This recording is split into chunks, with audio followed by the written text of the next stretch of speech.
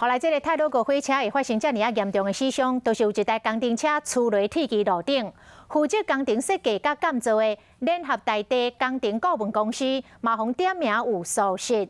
因的总经理今仔日出面，讲因拢按照着相关的规范咧执行。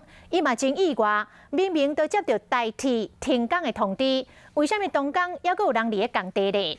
咱就来看这间联合大地工程顾问公司，是这个国内8大工程单位，包括中华工程、中国石油等等联合类投资创设的。目前这个投资的单位是退辅会，真牛哦！为2015年开始到今，总共摕到政府52件标案，敢若是行政院甲交通部加起来，这个标案的金额都将近有6亿。司控八处泰鲁阁好事件，工地主任李义雄，防迄条事后出现伫车棚边啊。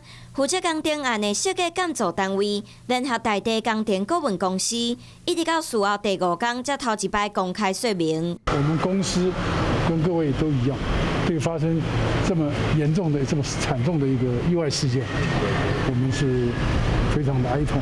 我们在执行我们业务期间，我们相关的设计、监造，我们都是依照我们跟业主之间的合约跟专业的规范在执行。强调一切照相关的规范，捌传出事发当时有联合大地路安人员伫现场，不过事后确定毋是联合大地人员。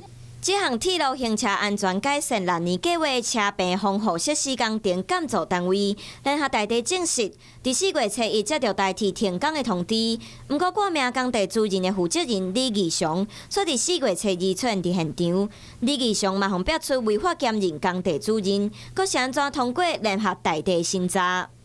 你们有审核过李义祥的身份吗？我们都是依据书面的资料审核，因为他跟他之间的商业行为的，这是我们并不清楚。不但有通知我们也要求包商有做停工检查。车棚是毋是应该设安全围栏？联合大地敢若强调一切按照相关的规范，但5天总算出面的建造单位唔愿意加讲，对应该负的责任敢若这句话。